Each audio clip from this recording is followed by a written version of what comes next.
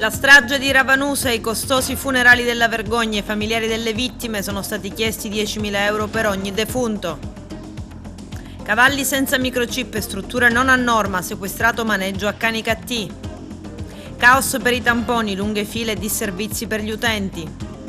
Nicolò Terranova è il nuovo allenatore, risolta la crisi tecnica all'Acragas dopo le dimissioni di Giuseppe Anastasi.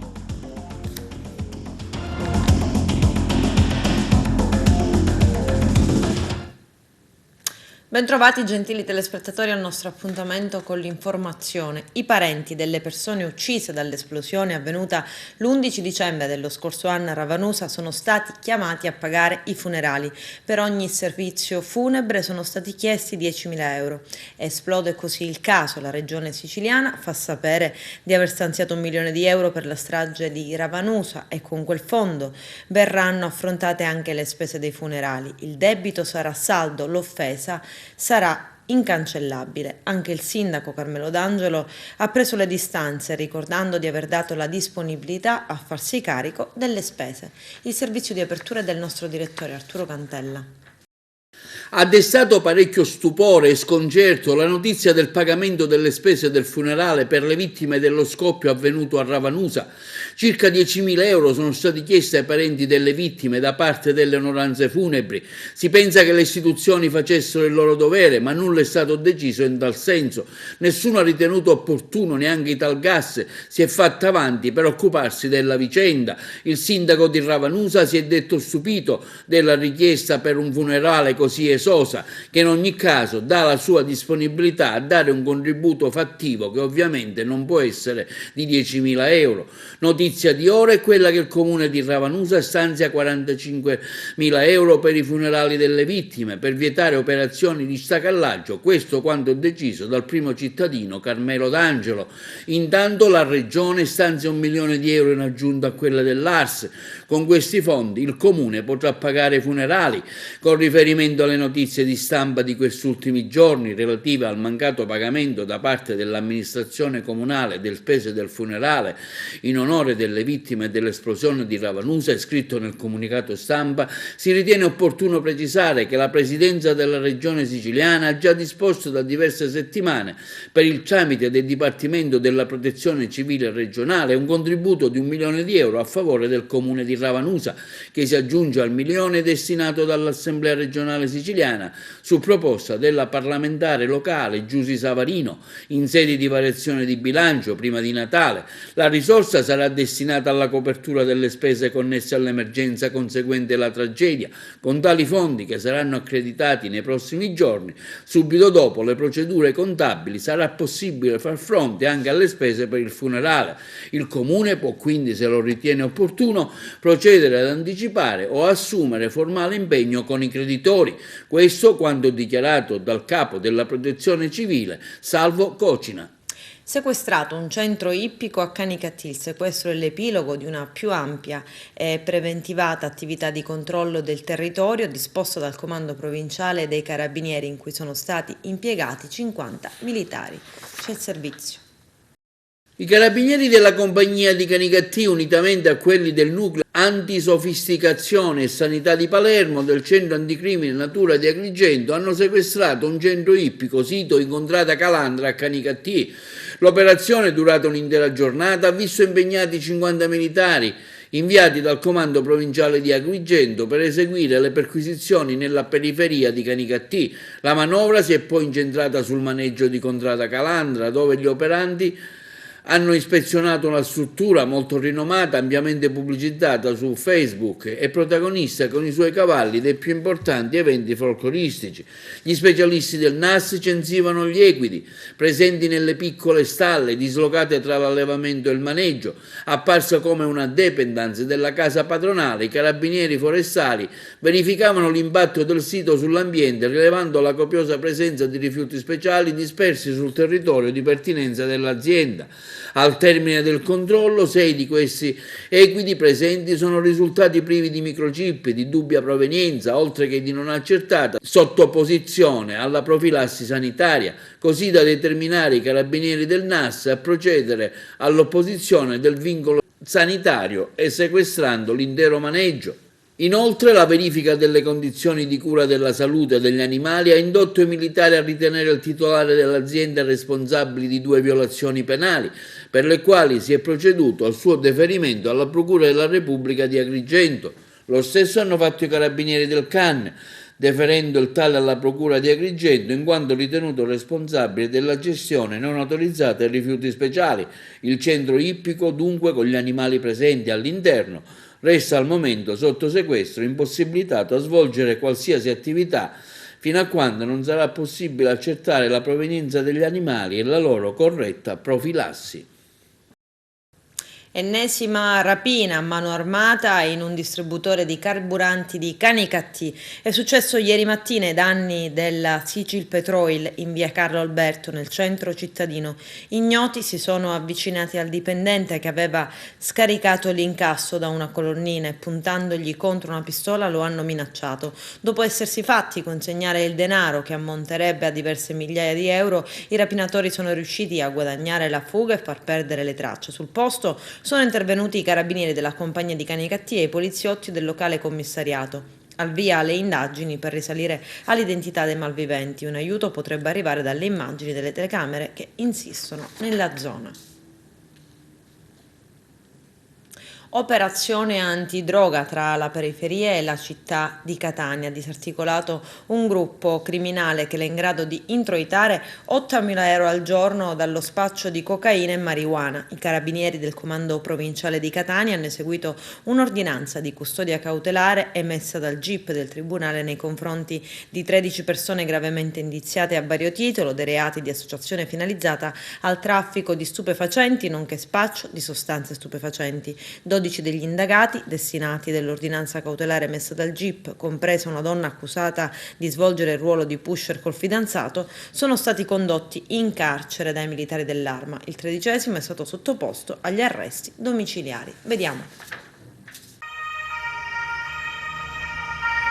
L'attività di indagine, coordinata dalla Procura della Repubblica di Catania e condotta dalla stazione di Sant'Agata Battiati, ha permesso di disarticolare un sodalizio criminale con al vertice 2 cugini che gestivano, tra l'altro, almeno 3 piazze di spaccio, 2 nell'Interland catanese di San Giovanni Galermo e una nella villa comunale di Mascalucina. Sodalizio criminale che aveva una base logistica e operativa presso un noto autonoleggio di San Giovanni Galermo era organizzato come una vera e propria attività imprenditoriale, tanto da avere una suddivisione dei compiti, gli orari di lavoro e una cassa comune nella quale entravano circa 8.000 euro giornalieri. I capi e promotori dell'associazione, nonché 2 sodali, sono risultati essere anche percettori di reddito di cittadinanza per un importo complessivo di 36.000 euro. Farmacie sempre più affollate per la richiesta di tamponi antigenici, ma il problema è che spesso la fila è la stessa di chi deve acquistare un farmaco. Eugenio Cairone. Farmacie sempre più affollate anche da chi deve prenotare un tampone. È così da parecchio tempo, ma non si dovrebbe consentire di trasformare una farmacia in una astanteria di ospedale. Servirebbe soltanto un'apposita ordinanza per evitare il caos, seguendo l'esempio della Regione Toscana che si è premurata di regolamentare l'accesso alle farmacie per garantire la sicurezza dei dipendenti e dei cittadini che frequentano le farmacie per acquistare i medicinali e che invece spesso si trovano a fare la fila con chi deve prenotare un tampone. Succede anche ad Agrigento, da dove è partita la segnalazione alla nostra redazione da parte di diversi cittadini che hanno lamentato la mancanza di regole per evitare gli assembramenti all'ingresso delle farmacie dove vengono effettuati i tamponi e dove non dovrebbe assolutamente verificarsi il caso di occupare gli stessi spazi dedicati alla vendita, quando sarebbe opportuno invece creare dei percorsi destinati all'ingresso e all'uscita delle persone che devono effettuare il test. Una soluzione potrebbe essere quella di effettuare i tamponi durante l'orario di chiusura della farmacia per evitare che gli infermieri o i medici addetti, vestiti con la tuta protettiva, si trovino a farsi largo tra i clienti in fila dentro la farmacia. A controllare dovrebbero essere anche i vigili urbani, oltre che i NAS dei carabinieri. In questi giorni non sono mancati gli interventi dei sindacati di categoria che hanno parlato di forte rischio a cui sono sottoposti gli addetti ai tamponi e gli stessi utenti. E poi c'è il problema della privacy, ma rimane soprattutto il problema della sicurezza, anche in presenza di un gazebo che non riesce a separare chi fa la fila e i passanti. Insomma, la questione meriterebbe un po' di attenzione da parte delle autorità nazionali e locali.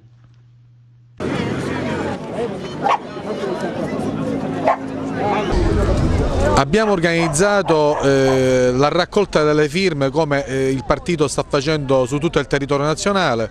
Il nostro responsabile organizzativo Manuele Samaritano si è prodigato nell'evento.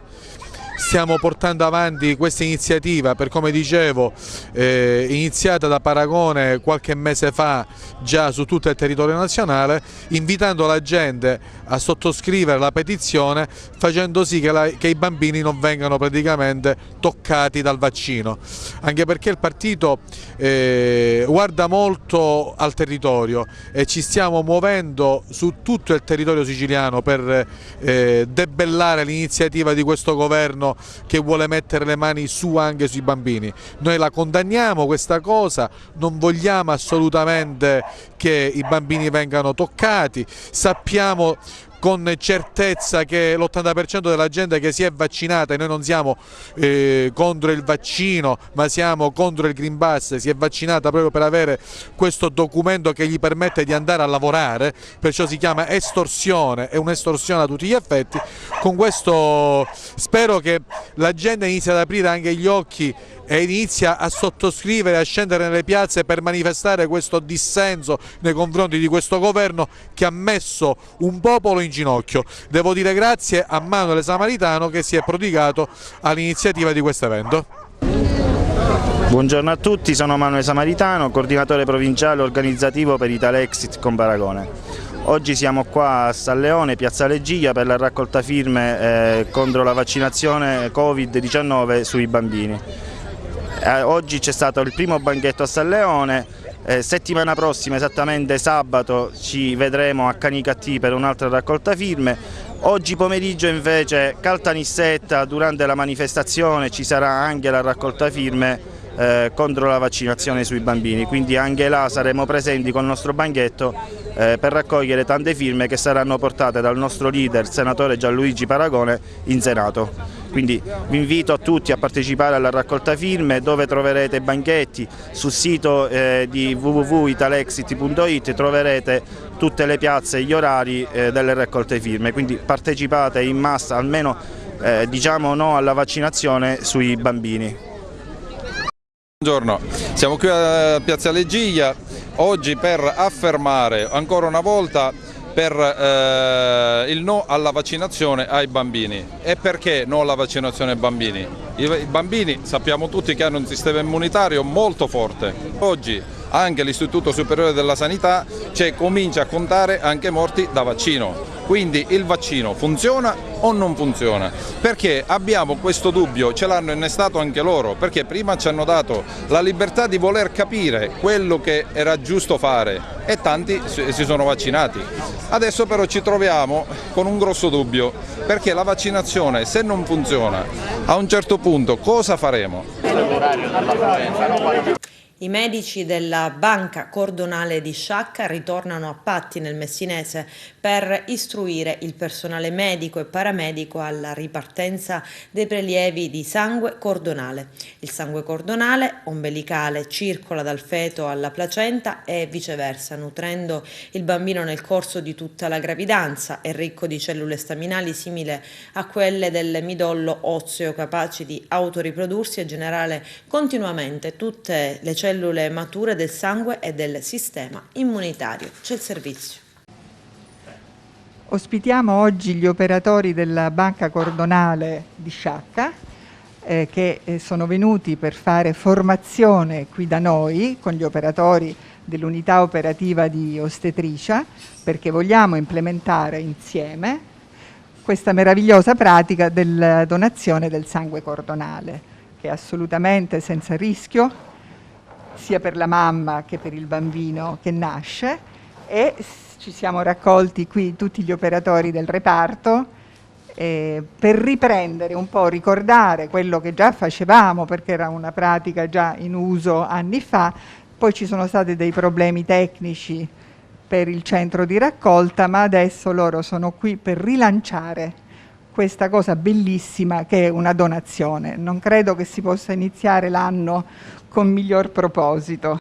L'Associazione Siciliana Leucemia rilancia la donazione del cordone ombelicale. Dal 2001, guidati dai medici del centro trasfusionale della Banca del Cordone Ombelicale di Sciacca, l'associazione guidata da Cono Galipò è riuscita ad attivare negli ospedali di Barcellona, Milazzo, Mistretta, Patti e Sant'Agata Militello la raccolta del sangue del cordone ombelicale, metodo alternativo al trapianto di midollo osseo, e già oltre 500 donatrici fanno parte della banca. I medici della Banca Cordonale di Sciacca sono tornati a Patti per istruire il personale medico e paramedico alla ripartenza dei prelievi di sangue cordonale. Grazie alla disponibilità della dottoressa Klein, responsabile del centro, anche a Taormina sarà possibile donare il cordone. Ma l'importanza lo dice la parola, donazione, perché cosa c'è di più bello? Noi possiamo, donando il sangue cordonale, aiutando le puerpere alla donazione del sangue cordonale, possiamo dare tanto in termini di salute e di migliorie per tanti pazienti. Ci sono l'utilizzo del sangue del cordone, va dai trapianti per i pazienti leucemici a una serie di prodotti farmaceutici che migliorano la qualità della vita di pazienti oncologici e non. Quindi un piccolo gesto ma dal grande valore. È un piccolo gesto ma dal grande risultato, certamente. È un valore bellissimo, perché poi per un bimbo che viene al mondo, incomincia il suo primo giorno di vita donando qualcosa di così prezioso come il suo sangue con le cellule staminali, sicuramente è bello. È bello per tutti noi anche fare un piccolo sforzo organizzativo in più che possa dare comunque tanto. Bruno Euronics inaugura ad Agrigento il nuovo spazio, apre oggi al centro commerciale Città dei Templi. Arturo Cantella. Inaugurato stamani il nuovo store Bruno Euronics ad Agrigento, sguardo e attenzione rivolti al futuro e forti dell'esperienza di un passato che da oltre 85 anni fidelizza e non tradisce le aspettative e desideri di tanti siciliani. Con queste premesse la Bruno Euronics, azienda al vertice del retail di elettronica di Consumo Italia, si appresta a rafforzare la propria presenza in provincia di Agrigento. Quello di Villa Sete è il quarto punto vendita della Bruno Euronics presente nella nostra provincia, dopo Castrofilippo, Licata, Agrigento, anche Villaggio Mosè, a testimonianza della forte attenzione che l'azienda rivolge nei confronti del nostro territorio. Euronics, una stella che nasce e in realtà è già radicata nel territorio agrigentino, ma per noi è un orgoglio averlo come partner al centro commerciale Città dei Templi. Un momento difficile che il centro con le sue tante offerte cercherà di superare ancora. Certo, noi cerchiamo sempre di dare uno stimolo in più in questo territorio e siamo contenti di avere Euronics che seguirà questo nostro cammino per dare sempre di più al territorio. Un momento sicuramente difficile che Euronics mette da parte con l'apertura di un nuovo centro qui ad Agrigento al centro commerciale Valle dei Templi. Sì, un grande atto di coraggio, ma in realtà è un voler continuare il proprio percorso senza lasciarsi influenzare dalle avversità di questo periodo. Noi confidiamo sempre nella nostra professionalità, nella nostra voglia di poter offrire un servizio e un'accoglienza a tutti gli agrigentini. questo è il quarto punto vendita della provincia di Agrigento e siamo veramente onorati di poter svolgere questo servizio. Un marchio che cresce in maniera esponenziale e che in questo momento difficile assume pure, cosa di non poco conto. Sì, sicuramente come dicevo il nostro percorso continua non appena in Sicilia ma anche in Nord Italia, perché la nostra azienda sta svolgendo lo sviluppo anche in Nord Italia, nel Veneto, Friuli Venezia Giulia, e prossimamente saremo presenti nella città di Milano. Come mai questo investimento e cosa offrite qui ad Agrigento al cliente che viene? Allora, questo è il nostro quarto punto vendita in provincia di Agrigento, dopo Agrigento, Licata, Castrofilippo, atterriamo a questo quarto punto vendita e offriamo quello che da 86 anni offriamo in Sicilia prima, nel resto d'Italia adesso, la nostra serietà, la nostra professionalità, la nostra attenzione al cliente, il nostro essere e metterci sempre la faccia. Quindi ci siamo, ci saremo e vogliamo esserci. Come intenderete sviluppare ulteriormente l'offerta sul mercato? Allora, l'offerta sul mercato, noi abbiamo la fortuna di essere tra i migliori partner delle migliori aziende a livello locale. Agrigento si arricchisce di un ulteriore punto vendita che avvicinerà la tecnologia mondiale alla territorialità della nostra Sicilia. In provincia avete in mente altri sviluppi, altri investimenti? L'azienda ha radici profonde, è un'azienda che compirà a brevissima, fra qualche giorno, 86 anni, ha grandi frondi di sviluppo sempre, è un'azienda che non si ferma, si è strutturata negli ultimi anni sempre di più per crescere nel panorama siciliano e nazionale, è un'azienda orgogliosamente italiana, orgogliosamente siciliana, è un'azienda che prevede ulteriori sviluppi. Se ci sono le opportunità e questa meravigliosa terra ce ne darà opportunità, assolutamente sì, pensiamo di sviluppare altri punti vendita. Le opportunità sono date anche a chi viene a lavorare qui, in un momento sicuramente molto difficile. Come dico sempre, questo è il primo drive, la prima guida che ci dà la spinta per aprire nuovi punti vendita. C'è sempre un guardare il mercato, le opportunità ovviamente, ma c'è anche l'orgoglio di dare opportunità di lavoro ai nostri meravigliosi giovani perché lo meritano.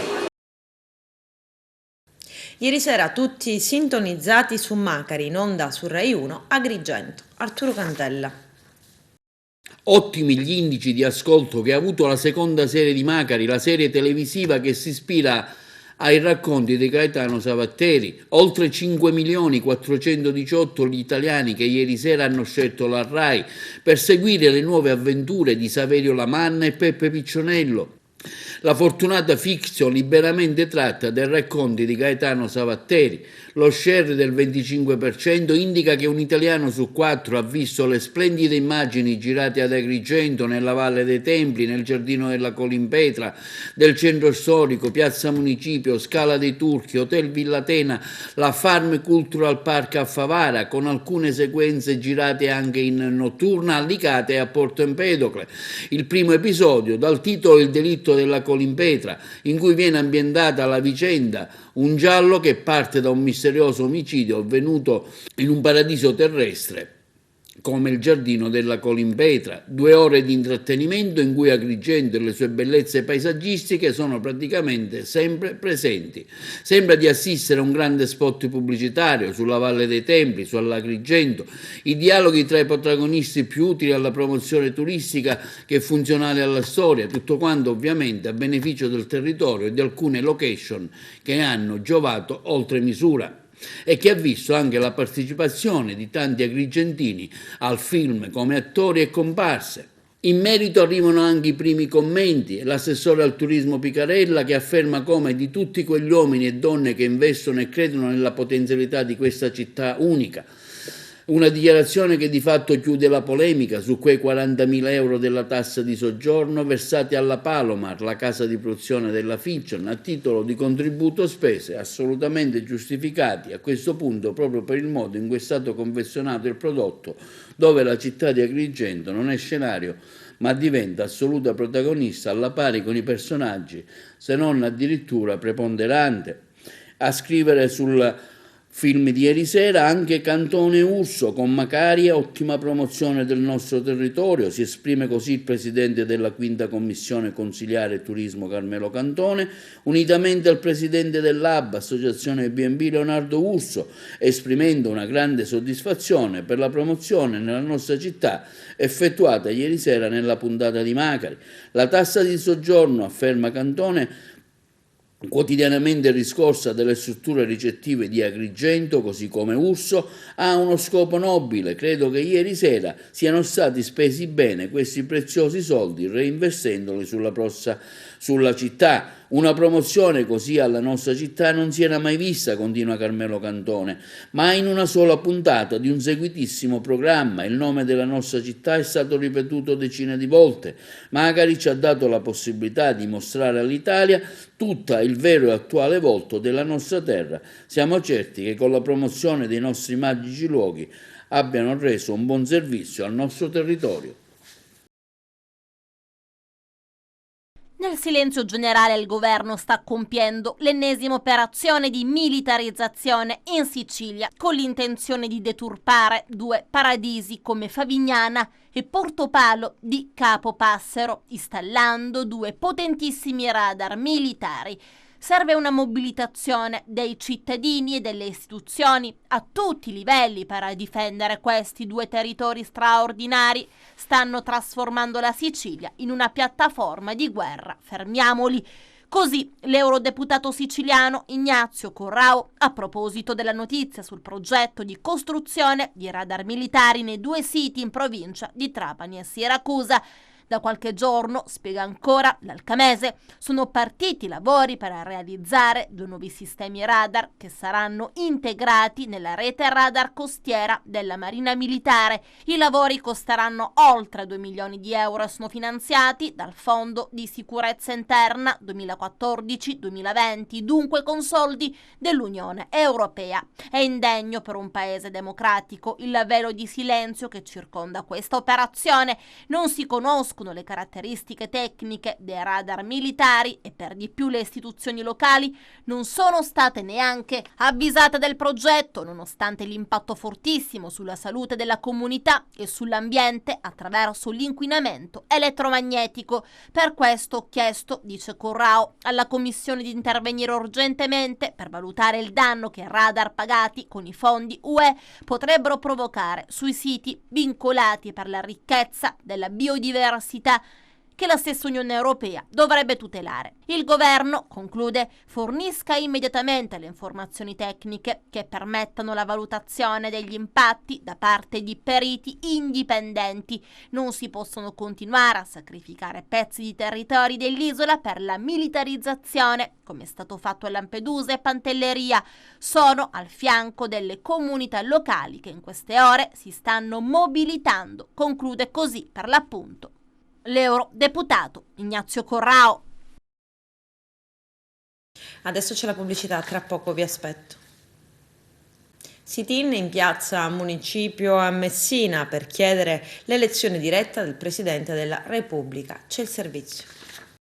Non si contesta Mattarella, ma tutto il sistema bloccato di questo parlamentarismo. Io non ho dubbi, senza se e senza ma, che se vi fosse stata l'elezione diretta del Presidente della Repubblica e se Giorgia Meloni ovviamente avesse avuto 50 anni, il popolo italiano si sarebbe espresso in maniera chiara e netta e avrebbe eletto Giorgia Meloni Presidente della Repubblica.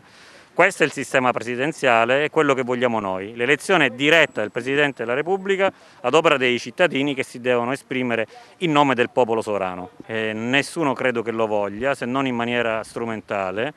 Si è provato negli anni passati, Alleanza Nazionale ha fatto una grande battaglia e infatti sussisteva la commissione bicamerale per le riforme istituzionali e chiaramente il presidenzialismo era al centro di questa riforma, però la volontà non la intravediamo, ecco perché da oggi in poi siamo in piazza. Devo dire che Messina è fra le prime città italiane a schierarsi su questa battaglia e quindi da qui ripartiamo per sperare che si vada a questa riforma che è necessaria e che è indefettibile per questo Paese. Congresso regionale oggi della CISL a Palermo, tra i temi affrontati rifiuti e trasporti. Vediamo. Sul sistema infrastrutturale trasporti e ambiente in Sicilia serve una visione industriale? Assolutamente sì, serve una visione industriale sia sul tema dei trasporti e delle infrastrutture che sulla gestione dei rifiuti in Sicilia. Il PNR al quadrato è un'occasione che non si può perdere, bisogna spazzare via questo atteggiamento della classe politica siciliana e bisogna realizzare le opere, realizzare le infrastrutture dentro un sistema di trasporti sinergico significa creare sviluppo economico, significa dare occupazione a questa terra. Il PNR al quadrato è un'occasione che non ci possiamo permettere di fallire. Cosa non ha funzionato finora? Ma sicuramente manca una sinergia, manca la sinergia fra la politica e le istituzioni, manca una sinergia con chi rappresenta l'economia e chi rappresenta i lavoratori. È arrivato il momento di realizzarlo questo patto sociale in Sicilia, con il contributo di tutti. Noi come Fitti CISL e come CISL ci siamo. Se dovessimo parlare di collegamenti, di strade, di mezzi... Guardate, in questi anni la visione non è solo negativa, diceva che Galileo Galilei eppur si muove, in realtà alcune opere sono state realizzate, il PNR prevede il completamento della Palermo-Catania-Messina sul trasporto ferroviario, sono 8 miliardi, la avremo, è ovvio che Trenitalia ha messo sul tavolo 43 mezzi nuovi, l'età media dei mezzi in Sicilia è passata da 27 anni a 7 anni e mezzo e anche sul fronte autostradale, è chiaro che lì ANAS sta investendo 13 miliardi, quindi le risorse ci sono, è bene che tutti assieme spingiamo nella direzione di crescita per questa terra. Dionisio Giordano, segretario generale Fitti CISL Sicilia, almeno fino alle 15. È da sfruttare l'occasione del PNRR? Assolutamente sì, l'occasione del PNR è fondamentale per il rilancio del Paese ma di questa regione. Le risorse ci sono tante, il 40% è legato al Mezzogiorno e buona parte di questo alla regione. Bisogna mettere a frutto questo e realizzare immediatamente le opere che servono. Ripeto, tutta la viabilità della regione, la viabilità primaria, quella secondaria, i porti, gli aeroporti, tutte le condizioni che possono agganciare questa regione al resto del Paese. Lo sviluppo parte anche attraverso le infrastrutture. Calcio, risolta la crisi tecnica all'Acragas. Dopo le dimissioni di Giuseppe Anastasi, Nicolò Terranova è il nuovo allenatore della squadra biancazzurra. Il servizio di Carmelo Lentini. Nicolò Terranova è il nuovo allenatore dell'Acragas e va a sostituire Giuseppe Anastasi che ha presentato lunedì scorso le sue irrevocabili dimissioni per motivi personali. Tutto questo all'indomani del pari esterno di Marineo, che aveva visto la squadra reattiva ma molto sfortunata nelle conclusioni a rete. Il tempo di pensarci su tutta la notte e lunedì, senza ripensamenti, l'addio all'Acragas. Mazzarese puro sangue, classe 74, Terranova è un grande conoscitore del calcio isolano. Avendo avuto una lunga carriera da calciatore, Terranova inizia giovanissimo la sua esperienza da allenatore nella stagione 2005-2006 come vice del grottese Totò Bruccoleri sulla panchina del Mazzara. Nella stagione 2012-2013 guida da primo tecnico sempre il Mazzara in sostituzione di Nicola Sciacca. Finalmente arriva il momento di guidare la panchina della prima squadra con la compagine canarina e riesce a conquistare il secondo posto assoluto alle spalle del Marsale. Era la stagione 2014-2015, partecipa agli spareggi e ai play-off, ma viene estromesso dal Nardò. Nell'agosto 2015 viene confermato alla guida della squadra canarina anche per la stagione 2015-2016, ma viene esonerato dopo la sconfitta per 1-0 sul campo del Pro Favara. In questi ultimi anni è stato alla guida di Gela, Folgore, Canicattì, Marsala, Castrovillari in Serie D ed ha conseguito a Coverciano la licenza UEFA. Terranova ha incontrato il presidente Giuseppe Deni e e questo pomeriggio dirigerà il suo primo allenamento allo stadio Seneto di Agrigento. Il debutto sulla panchina dell'Agragas avverrà domenica nella gara casalinga contro il Marsala, ma non sono le uniche novità, infatti è probabile ancora qualche addio e diversi arrivi di giocatori nuovi. Domani inizia l'era Terranova e domenica debutterà contro una sua ex squadra, il Marsala. Con questo è tutto, termina qui l'edizione del telegiornale. Grazie per la gentile attenzione e per essere stati con noi. A presto.